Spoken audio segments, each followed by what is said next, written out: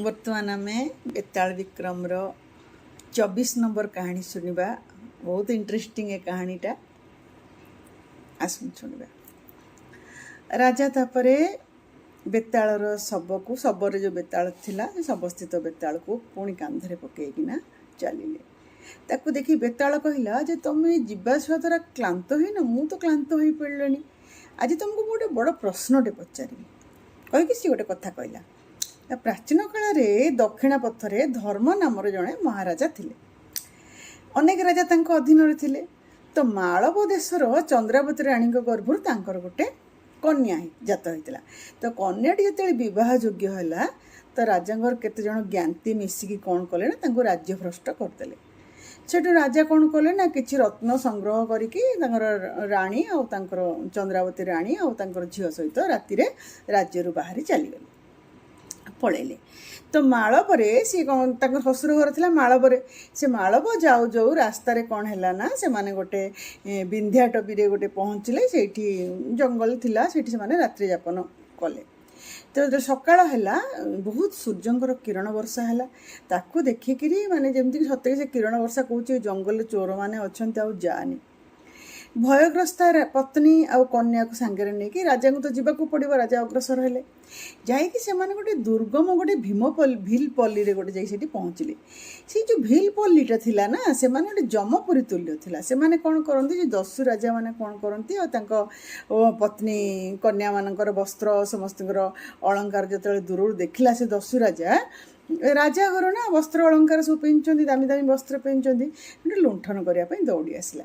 राजा जो देखला सी स्त्री को आ कन्या को कहले जे तुम दिज ये बण भितर पशि जाओ जमती म्लेच्छ दस्यु मैंने तुमको स्पर्श करें मु सहित लड़ई करी। तापर पत्नी आ राजकन्या जी से दिजन जाक को लेकिन पत्नी गले राजा संगे बहुत लड़ई कर बहुत दस्यु को मारिले। किंतु से समस्त मिलित भाव राजा को आक्रमण करके हत्या कले। राजांकर हत्या हबार देखी वस्त्र अलंकार सब नहीं चलीगले। राणी कौन करेंगे से जो लुचिकी थे से बाहर आसिक से गहन अरण्य भितर प्रवेश कले। तो दिन दीपर बेलू सूर्यताप असह्य है। से गोटे पद्मपूर्ण पुष्करिणी थिला ताकू देखिकी चंद्राणी चंद्रावती और कन्या से गोटे अशोक गछमूली जाइए बस पड़े। आउ से समय चंड सिंह बोली जड़े वीर पुरुष थे से निज पुओ सहित पुत्र सहित अश्वारोहण पूर्वक से वन को से मृगया करने आसते। पुओर ना थिला सिंह पराक्रम। ताले चंड सिंह जो पुष्करणी निकट में चंद्रावती आ कन्यार पदचिन्ह देखिले कहली पुत्र ये भारी शुभ लक्षण युक्त सुंदर पदचिन्ह अच्छी चल ताको अनुसरण करी गले आम दुईटा स्त्री को पाइबा। हेले ता भितर जन को तू तोर पसंद अनुसार ग्रहण करू। एक शुणिक पुत्र सिंह पराक्रम कहला जे हे पिता जार पदचिन्ह छोट देखा जाउची सी मोर पत्नी होबाक योग्य आ जार पदचिन्ह टिके बड़ देखा जाउची सी बोधे टिके अधिक बयस रहितो सी आपणकर पत्नी होबाक योग्य। एक शुणिक चंड सिंह कहला अरे पुओ आ तोर माँ तो स्वर्ग को चली जाइए एमती सुंदरी गुणवती स्त्री को हरैबा परे मु आउ कौन पत्नी ग्रहण करने को मोर मन नाही। तेणु पुओ कहला जे सेमती कहतुनि पिता पत्नीहीन गृहस्थर तो गृह शून्य आ जो गृह सुंदरी गृहिणी न थाए से गृह तो माने तार श्रृंखलाहीन हाथ कारागर तुल्य सेटा। तेणुक आपड़ सेमती कहतुनि आपड़ द्वितीय पत्नी ग्रहण करंतु एटा मोर इच्छा। पुओर कथा शुणिकी चंड सिंह कहले जे हो ताले ठीक अच्छे से हो। तापर पिता पुत्र कौन कले ना से पदचिन्ह को अनुसरण करके धीरे धीरे चलिले। सेठी सरोवर से माने से चंद्रावती को तार कन्या को देखिले। देखिया परे से माने किंतु एंको दस्यु बोली भाविकी भय पाई जाइथिले। किंतु से कन्याटा बुद्धिमती थिला से कहला माँ आम भय करबानी एंको वेश पोशाक दस्यु भाया लगुनाहांती एमाने मते शिकार करिया उद्देश्य रे आसिचंती। एक कथा शुणिकी चंद्रावतीर संदेह तथापि टिके रहिले।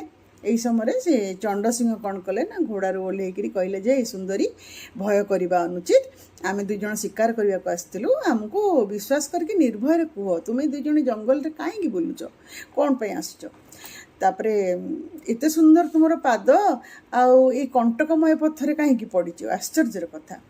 तापरे से दी जनकर से माने सब कथा कहले दुखर कथा सब कहले। चंड सिंह शुणिकी सब कहले। तापर ये शुणी पति ना तो सी खुशी हेले। तापर या राणी କିନ୍ତୁ କ'ଣ ହେଇଥିଲା ଯେଉଁ ପୁଅ କହିଥିଲା ଯେ ଯାହାର ପଦ ଛୋଟ ତାକୁ ମୁଁ ବାହା ହେବି, କାରଣ ସେ ଛୋଟ ଝିଅଟା ହେଇଥିବ। କିନ୍ତୁ ଦେଖିଲା ବେଳକୁ କ'ଣ ହେଇଥିଲା ନା ରାଣୀ ଚନ୍ଦ୍ରାବତୀଙ୍କର ପାଦ ଥିଲା ଛୋଟ ଆଉ ତାଙ୍କ ଝିଅର ପାଦ ଥିଲା ବଡ଼, ଲାବଣ୍ୟବତୀର ପାଦ ଥିଲା ବଡ଼। ତେଣୁକରି ବାପା ପୁଅଙ୍କର କଥା ପୂର୍ବରୁ ହେଇଥିବା ଅନୁସାରେ ବାପା ବାହା ହେଲା ଝିଅକୁ ଏବଂ ପୁଅଟି ବାହା ହେଲା ସିଂହ ପରାକ୍ରମ ବାହା ହେଲା ତାର ମାଆକୁ, ରାଣୀ ଚନ୍ଦ୍ରାବତୀକୁ ବାହା ହେଲା। ଏଇ ତାହେଲେ ଏଇ କ'ଣ ହେଲା, ମା ଆଉ ଝିଅ ପରସ୍ପର କ'ଣ ହେଇଗଲେ ନା ବାହାଘର ପରେ ଶାଶୁ ବୋହୂ ହେଇଗଲେ। ତ କାଳକ୍ରମେ ସେମାନେ ନିଜ ନିଜ ପତ୍ନୀଙ୍କର ଗର୍ଭରୁ ସେମାନଙ୍କର ପୁଣି 2 ଜଣ ଯାକଙ୍କର ପୁତ୍ର କନ୍ୟା ସବୁ ଜାତ ହେଲେ। ତ ଏଇ କଥା କହିସାରି ବେତାଳ ପଚାରିଲା ଯେ ମା ଚନ୍ଦ୍ରାବତୀ ଆଉ କନ୍ୟା ଲାବଣ୍ୟବତୀ ଗର୍ଭରୁ ଯେଉଁ ସବୁ ସିଂହ ବିକ୍ରମ ଆଉ ତା ପିତା ଚଣ୍ଡସିଂହଙ୍କର ଯେଉଁ ଔରସରୁ ପୁତ୍ର କନ୍ୟାମାନେ ସବୁ ଜନ୍ମ ହେଲେ ସେମାନଙ୍କର ପରସ୍ପରର ସମ୍ବନ୍ଧ କ'ଣ ହେବ, ମୋର ଏଇ ପ୍ରଶ୍ନର ତମେ ଉତ୍ତର ଦିଅ।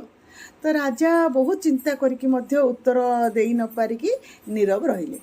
ତ ଉତ୍ତର ଦେବାର ଅସମର୍ଥ ଜାଣିକିରି ରାଜା କ'ଣ କଲେ ନା